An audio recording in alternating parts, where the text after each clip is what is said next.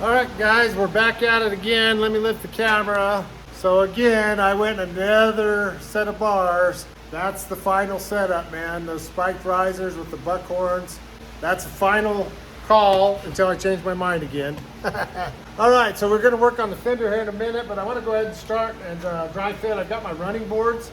They're the Half Moon running boards, so we're gonna dry fit those. It's kind of cool. I'm able to get everything, I don't know if you can tell, but this is all Parkerized. So that would have been what was on it originally. This rod is chrome, but basically all my fasteners for the whole brake system and the footboards and everything are Parkerized, which is what they did in the 40s. And I think it was I think Doc told me it's a magnesium coating they put on there so to keep things from rusting. Because I called and asked, do I need to paint any of that? And he said, no, that's what they did in lieu of painting to keep stuff from rusting. And you don't see it very often. It's got that dusty gunmetal gray look to it. So I'm going to leave all that. I kind of like the look of the Parkerization. And then once the frame's bright, shiny gloss black, it's going to be a sharp look. It really is. So yeah, we got the tanks mounted. I got the fender mounted, the seat mounted. We're in pretty good shape here, for sure. So we're going to try and get these old footboards on here. Again, this is part of the dry fit everything before paint trick. So yeah, my generator shovel is a 69. And when I did it, I bought everything chrome.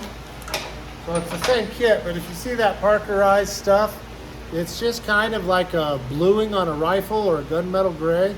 It's a neat look, and that was what the factory was putting everything out as. So I know this isn't anywhere close to factory original bike, but I'm trying to give it as much factory as I can. Again, this is all my brake parts, so this is my brake lever parts, and it's all Parkerized too.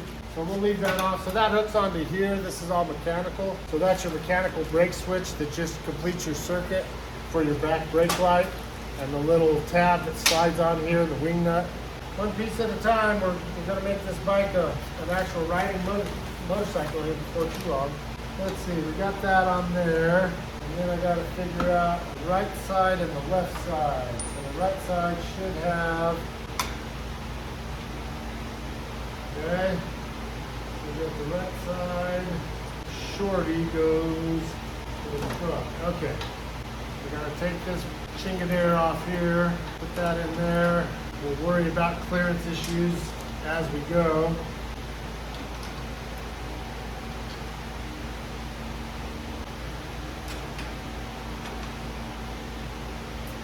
Yeah, I had to fight this with, yeah, see how the Parkerized stuff fits? The powder coat. So all this stuff got powder coated, and my pins don't want to fit through the powder coat. So when I was doing the rear kickstand on this, I had to go through and clean all the powder coat out a little bit. It's pretty typical. I guess I'm spoiled because my powder coat guy, when I go to him, I'm able to block anything I don't want powder coated out. So like my motor mount spaces, the tranny mount spaces, I have all that stuff. He masks all that off before he shoots it. And that way I don't have to worry about that. As well as any threaded stuff, anything that's threaded that I have powder coated, he's got plugs, so that way I don't have to run a tap or a die through everything every time.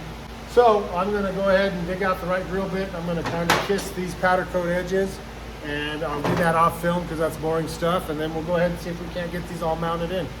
I got busy, I got my floorboards or my footboards on here, and did it not being on film. All of a sudden I was wrapping up and I looked up and went, oh, I forgot to film any of that. So anyway, we got the footboards on, we got the brake lever. I don't have the spring that returns this back up or the adjustment on this. I was just checking for fitment. Also, this shaft, this mechanical shaft came with the frame. I don't think they line board this. It's so tight you can barely turn it. So I'm gonna pull that shaft out, maybe run a board line through it, or just clean it up, or check the shaft. It might just have old grease in it. But I need to make sure that that mechanical brake's a little more fluid. But we do have footboards on there. So we're gonna go ahead and see if we can't get the front end off the air a little bit. I gotta pull this tire off to fit that fender. So that fender actually bolts up here, but then the legs come around the outside of the rockers. So we're gonna go ahead and pull that front wheel off and see if we can't dry fit that fender and see where we're at. And what I gotta watch is the center of gravity on this thing. So I do wanna pick it up a little. When we were playing with it last time, I had that other wheel on there. on the back that had a tire, so it could ground out up there. So what I gotta watch is when I lift this up, that the balance point is right on that front end. So let me loosen this wheel shock a little bit and see where I want to be. So I think what I'm going to do is put a block. I just have a metal 4x4 under here.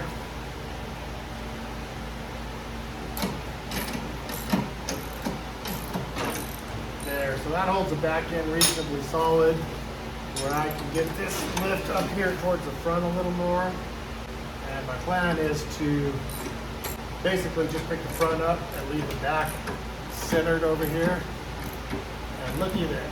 So the front is off. We're pretty centered. We'll see, once I get that front wheel off, I might actually strap this to the table.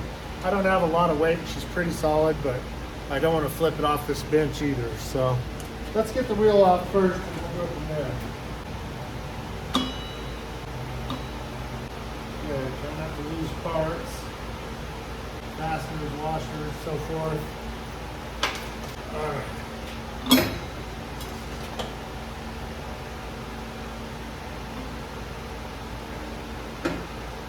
All right, so I got a little tension on everything, a little more than I can take care of. So we're going to see if I can go down just a little, just to take the tension off, and then see if this is, there we go. I want to lose my spacers. All right, we still hadn't figured out our spacers on the caliper on this yet anyway, so always something to do, that's for sure. On the front of the wheel chock here, up on the front, there's a stay so that the wheel doesn't go out.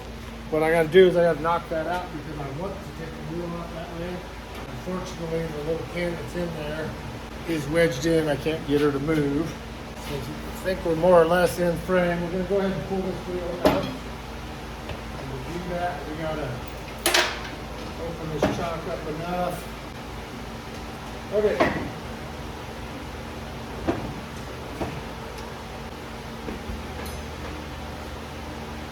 All right.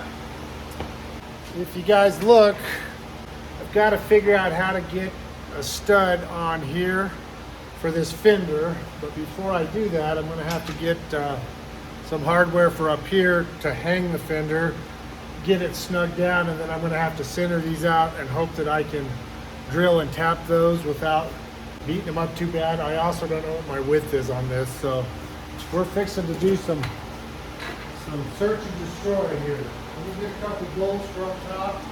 Back 1,000 over here on bolts, guys. We can't find the nut to fit the bolt. Okay, finally. I was telling the old lady earlier that, you know, I've got a bolt in here, and I've got some studs in here, and I've got these in here, and I've got these back here.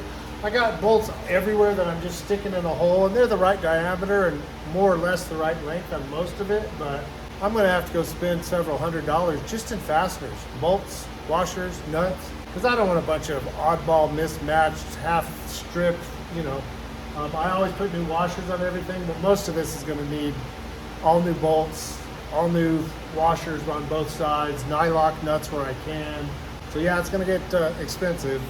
Luckily, most of the components I'm getting, like my floorboard components and all that, it's got the Parkerized on it, so I don't have to worry about that. So let me get a layer of grease off me here, and we'll grab that fender and stick it up there and see if it's anywhere in the vicinity of what we want. So, okay. I want to get this. This fender came with little locking tabs, which is kind of cool, but we're a ways from that. All right, so I'm going to be feeding this from the front, or maybe from underneath. I'm not sure how this is going to go on. So let's take a look and see. I think what it has to do is it has to go in there. Okay. So that's why everyone said these are such a pain in the butt. what I gotta do is I gotta feed that fender from under here through here to where the outside legs come out, but the fender comes in. Boy, she's gonna be tight. I'm gonna go ahead and pull a measurement real quick on a couple things, just to see what we got before I fight myself too bad. So we're 9 was there, 8 3/4 between the rockers, 11 and a half there, put us. Okay, all right. So this might not be horrible. I'm thinking I might be able to reverse these. Let me find a wrench that fits that. No.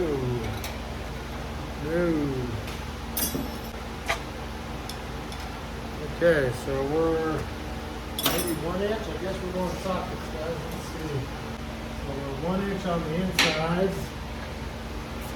It looks like. Okay, so we're going 3 8.5. And luckily, when I bought all of this, I got several extra of the locks, your star locks that hold all this, because you got to bend the tabs over on them, and they're bent over from the factory. So, so we got one here. We got one here. So it's kind of hard to tell what I'm doing here, guys, is I'm taking that rocker bolt out and I'm reversing it, and hoping that the stud on the back of that is long enough to hold the fender. That's the plan. Desperately trying to do this without hitting that powder coated springer that I spent all the money on. Okay, let me raise this front end up a considerable amount more. Oop. And then we're going to strap it down, because I'm over the dangling thing on it. I don't want it coming down and messing a bunch of stuff up. So I'm watching the back end. Make sure I don't get underneath it. I'm going to take the strap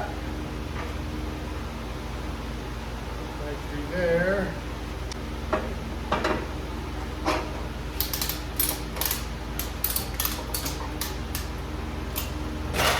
All right, good snug there.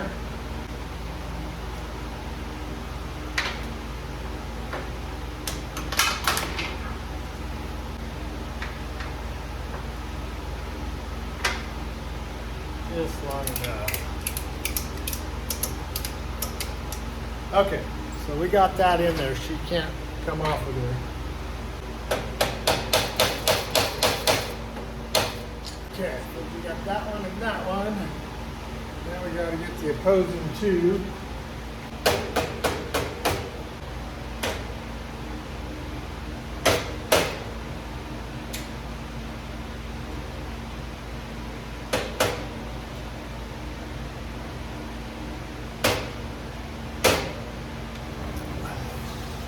Okay, we better stop.